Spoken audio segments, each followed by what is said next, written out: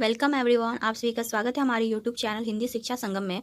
आज मैं आत्महत्या के विरुद्ध जो रघुवीर सहाय की कविता है इसके बारे में बताऊंगी। इस कविता की ससंदर्भ व्याख्या, प्रसंग, विशेष उद्देश्य और संक्षिप्त समीक्षा बताऊंगी। यह पार्ट 1 है और भी इसमें पार्ट जो है वो आएंगे वीडियो में। तो चलिए मित्रों, वीडियो की शुरुआत करते हैं। कविता आत्महत्या के विरुद्ध। कवि है रघुवीर सहाय। रघुवीर सहाय की लंबी और जटिल राजनीतिक सामाजिक कविता आत्महत्या के विरुद्ध है, जो उनके प्रसिद्ध कविता संग्रह आत्महत्या के विरुद्ध में संकलित है। यह कविता 1960 के दशक के उत्तरार्ध, विशेषकर 1967 के बाद के भारतीय राजनीतिक और सामाजिक परिवेश की उपज है। उस समय देश में स्वतंत्रता के बाद के आदर्शों का मोहभंग हो रहा था। बेरोजगारी, भ्रष्टाचार, राजनीतिक अवसरवाद, नौकरशाही का विस्तार, लोकतांत्रिक संस्थाओं का खोखलापन और आम जनता की निराशा बढ़ रही थी। रघुवीर सहाय की इस पूरी व्यवस्था पर तीखा व्यंग करते और व्यक्ति को निराशा तथा आत्मसमर्पण के विरुद्ध संघर्ष करने का संदेश देते हैं। संदर्भ है इस कविता की प्रस्तुत पंक्तियां रघुवीर सहाय द्वारा रचित कविता है, आत्महत्या के विरुद्ध से उद्गृत है। इसका प्रकाशन कब हुआ था? 1967 ईस्वी में। प्रथम जो संदर्भ है, जो कविता की पंक्ति है, वो है यह, समय आ गया है जब तक कहता है संपादकीय, हर बार 10 बरस पहले मैं कह चुका होता हूँ कि समय आ गया है। प्रसंग है, कवि यहाँ समाज और राजनीति के में बार बार दोहराए जाने वाले खोखले नारों और औपचारिक घोषणाओं पर व्यंग कर रहे हैं। व्याख्या क्या है? तो कवि कहते हैं कि समाचार पत्रों के संपादकीय लेख अक्सर घोषणा करते रहते हैं कि समय आ गया है, अर्थात अब परिवर्तन होना चाहिए, सुधार होना चाहिए या कोई नया कदम उठाया जाना चाहिए। लेकिन कवि को यह घोषणा खोखली लगती है, बेकार लगती है, क्योंकि यही बात वर्षों पहले भी कही जा चुकी थी। समाज की समस्याएं जस के तस बनी हुई है, मतलब जैसे कि तैसे है, और केवल शब्दों का दोहराव होता रहता है। कवि इस विडंबना को उजागर करते हैं कि सत्ता, मीडिया और बुद्धिजीवी वर्ग समस्याओं के समाधान की बजाय केवल घोषणाएं करते हैं। समस्याओं को सुलझाते नहीं है, बल्कि उनमें घोषणाएं ही करते हैं। परिणाम स्वरूप जनता के जीवन में कोई वास्तविक परिवर्तन नहीं होता है और जो जीवन है जैसे चल रहा है वैसे ही चलते रहता है। विशेष राजनीतिक और पत्रकारिता जगत पर तीखा व्यंग किया गया है। स्वतंत्रता उत्तर जो भारत में आदर्शों के मोहभंग की अभिव्यक्ति की गई है। समय आ गया है वाक्यांश की पुनरावृत्ति द्वारा विडंबना का सृजन किया गया है, मतलब दोहराव के द्वारा जनवादी और यथार्थवादी दृष्टिकोण को दर्शाया गया है। दूसरी पंक्ति है कि एक गरीबी उबी पीली रोशनी, बीवी रोशनी, धुंध जला यमन, हारमोनियम अदृश्य, ढबाबंद शोर, गाती गला, भीज आकाशवाणी, अंत में टंडग। प्रसंग है कि कवि यहाँ उस समय के सामाजिक और सांस्कृतिक वातावरण की कृत्रिमता तथा निरसता को चित्रित कर रहे हैं। व्याख्या है, कवि के अनुसार समाज में चारों ओर गरीबी, उदासी और निराशा का वातावरण फैला हुआ है। जीवन की रोशनी भी पीली और कमजोर पड़ गई है। धुंध और जालों की तरह जड़ता समाज पर छा गई है। रेडियो आकाशवाणी है जो जनता की आवाज बनने का दावा करता है, वह भी वास्तविक जीवन की पीड़ा को व्यक्त नहीं करता है, बल्कि एक डब्बा बंद शोर बनकर रह गया है। वहां से भी प्रसारित होने वाली जो गीत और कार्यक्रम कृत्रिम लगते हैं, अर्थात बनावटी लगते हैं। अंत में केवल औपचारिक संगीत की ही ध्वनि टंडग सुनाई देती है, जिसमें जीवन की सच्चाई नहीं है। कवि मीडिया की बनावटी दुनिया पर व्यंग करते हैं। विशेष क्या है? आकाशवाणी का प्रतीकात्मक प्रयोग है। सांसारिक संस्थाओं की खोखली भूमिका पर व्यंग किया गया है। आधुनिक जीवन की निरसता का चित्रण है। तीसरी पंक्ति है, अकादमी की महापरिषद की अनंत बैठक बताकर निश्चित कर देती है कि जब कुछ और नहीं पाती तो उबकर स्तर एक सीली उंगली का निशान डाल दस्तखत कर तले हुए नाश्ते की टेलोस मेज पर। प्रसंग है, कवि साहित्यक और बौद्धिक संस्थाओं की निष्क्रियता पर व्यंग कर रहा है।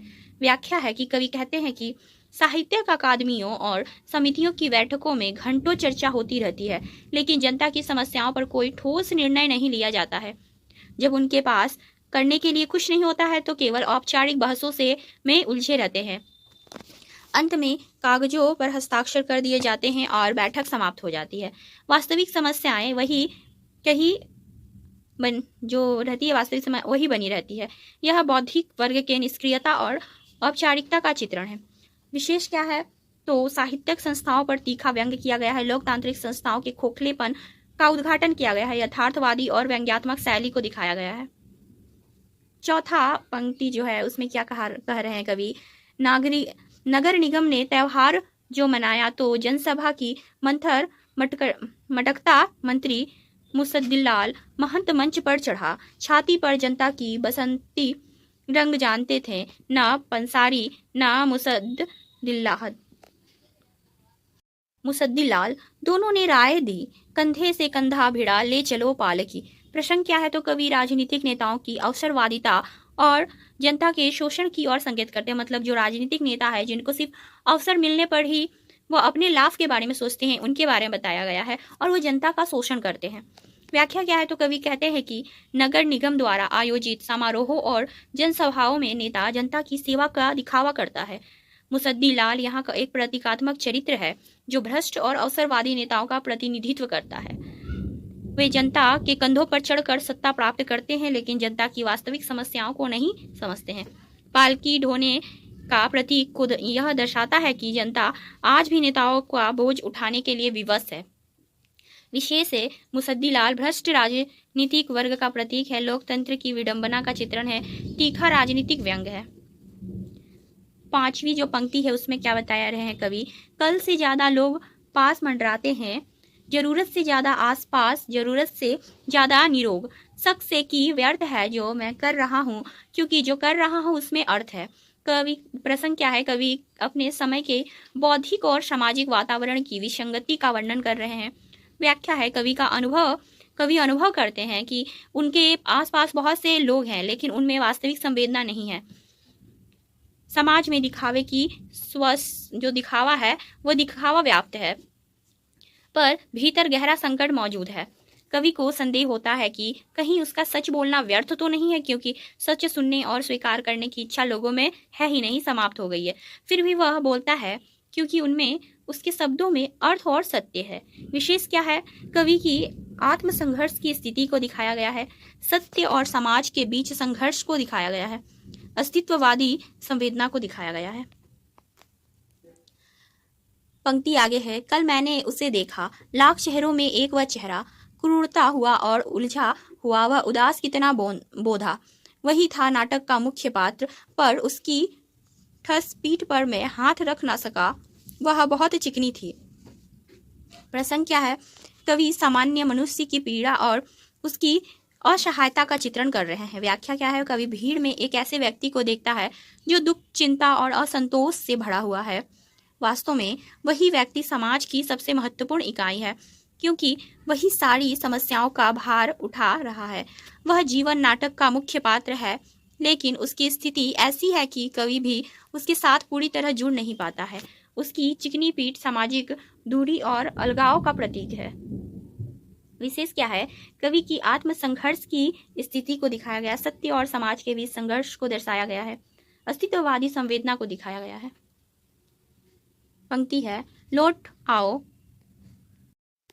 फिर उसी खाते पीते स्वर्ग में, पीटे हुए नेता पिटे अनुचर बुलाते हैं, मार फड़फड़ाते हैं पंख, साल दो साल गले बांधी घंटियां, पढ़ी लिखी गर्दनें बजाती है, फिर उड़ जाता है विचार, हम रह जाते हैं अधेर। प्रसंग है, कवि सत्ता, राजनीतिक और बुद्धिजीवियों की निष्क्रियता की आलोचना कर रहे हैं। व्याख्या है, कवि कहते हैं कि पुराने नेता और उनके अनुयायी बार बार जनता को उसी व्यवस्था में लौटने का निमंत्रण देते हैं जिसने उन्हें निराशा किया है। शिक्षित वर्ग भी स्वतंत्र चिंतन करने के बजाय सत्ता की घंटियां बजाने में लगा है। विचार उड़ जाते हैं, परिवर्तन नहीं होता है और समाज उसी जगह ठहरा रहता है। परिणाम स्वरूप मनुष्य संघर्ष करते रहते हैं, अधेर हो जाता है पर परिवर्तन ही नहीं आता है। विशेष क्या है, लोकतांत्रिक व्यवस्था की आलोचना की गई है। शिक्षित वर्ग की निष्क्रियता पर व्यंग्य किया गया है। गहरी सामाजिक चेतना को दर्शाया गया है। पंक्ति क्या है, कुछ लोग कुछ होगा अगर मैं बोलूंगा, न टूटे न टूटे तिलस्मी सत्ता का, मेरे अंदर एक कायर टूटेगा टूट, मैंने मन टूट एक बार सही तरह, अच्छी तरह टूट मत, झूठ मूठ उब मत, रूठ मत, डूब सिर्फ टूट। प्रसंग है, कवि यहाँ व्यक्ति के भीतर चल रहे मानसिक संघर्ष को व्यक्त करता है। यह संघर्ष अन्यायपूर्ण व्यवस्था और अपने भीतर के भय के बीच है। जो व्याख्या है उसमें क्या है देखिए, कवि कहता है कि यदि वह सच बोलेगा तो संभव है कि सत्ता का विशाल तिलस्म न टूटे, व्यवस्था पर कोई बड़ा प्रभाव न पड़े, लेकिन उसके भीतर बैठा हुआ डरपोक और कायर व्यक्ति अवश्य टूट जाएगा। कवि अपने मन को संबोधित करते हुए कहता है कि झूठी नाराजगी, उब और निराशा में डूबने के बजाय साहसपूर्वक टूटो। यहाँ टूटना हार मानना नहीं है, बल्कि भीतर जमी हुई कायरता, डर और निष्क्रियता को नष्ट करना है। कवि आत्महत्या या पलायन का नहीं बल्कि आत्मसंघर्ष का पक्षधर है, मतलब आत्मसंघर्ष का पक्ष लेता है। विशेष क्या है, कवि का केंद्रीय विचार इसी भाग में व्यक्त हुआ है। कायर का टूटना आत्ममुक्ति का प्रतीक है। आत्महत्या के स्थान पर प्रतिरोध और संघर्ष का संदेश दिया गया है। पंक्ति है, जैसे कि परसों के बाद वो आया बैठ गया, आदतन एक बहस छेड़ कर गया एकाएक बाहर, जोरों से एक नकली आवाज दरवाजा भेद कर। प्रसंग है, कवि समाज में मौजूद बनावटी बहसों और कृत्रिम बौद्धिकता पर व्यंग कर रहे हैं। व्याख्या क्या है, कवि एक ऐसे व्यक्ति का चित्र प्रस्तुत करता है जो हमेशा की तरह ही बहस छेड़ता है, विचारों की बातें करता है, लेकिन अचानक एक नकली दरवाजा पटक कर चला जाता है। यहाँ नकली दरवाजा उस कृत्रिम वैचारिक संघर्षों का प्रतीक है जिनका वास्तविक जीवन से कोई संबंध नहीं है। लोग बहस तो करते हैं लेकिन वास्तविक समस्याओं का समाधान नहीं खोजते हैं। विशेष क्या है, बौद्धिक वर्ग की आलोचना की गई है। नकली दरवाजा अत्यधिक प्रभावशाली प्रतीक है। सामाजिक यथार्थ पर व्यंग किया गया है। पंक्ति है, दर्द दर्द मैंने कहा क्या अब नहीं होगा, हर दिन मनुष्य एक से दर्जा नीचे रहने का दर्द, गर्जा मुश्तंडा विचार, समय आ गया है कि रामलला कुचला हुआ पांव जो घसीट कर चलता है अर्थहीन हो जाए। प्रसंग क्या है, कवि आम आदमी के दुख और तथाकथित विचारों की संवेदना को चित्रित कर रहे हैं। व्याख्या, कवि रामलला नामक साधारण व्यक्ति का उल्लेख करते हैं जो शोषण और पीड़ा का प्रतीक है। वह जीवन भर संघर्ष करता है लेकिन उसकी समस्या है किसी की प्राथमिकता नहीं बनती है। दूसरी ओर बड़े बड़े विचारक केवल घोषणाएं करते रहते हैं कि समय आ गया है, जबकि रामलला का वास्तविक दर्द उसके लिए महत्वहीन हो जाता है। कवि इस स्थिति पर तीखा व्यंग करते हैं। विशेष, रामलला आम आदमी का प्रतीक है। विचार और यथार्थ के अंतर को उजागर किया गया है। तीखा सामाजिक व्यंग है। तो यह थी मित्रों आज की वीडियो रघुवीर सहाय की कविता आत्महत्या के विरोध के ऊपर। आशा करती हूँ कि आपको यह वीडियो पसंद आए। वीडियो पसंद आए तो वीडियो को लाइक शेयर करें। चैनल पर नए हो तो चैनल को सब्सक्राइब कर लीजिए ताकि आपके ऐसे ही आने वाली वीडियो की नोटिफिकेशन मिलती रहे। तो मिलते हैं एक अगले वीडियो में, तब तक के लिए धन्यवाद।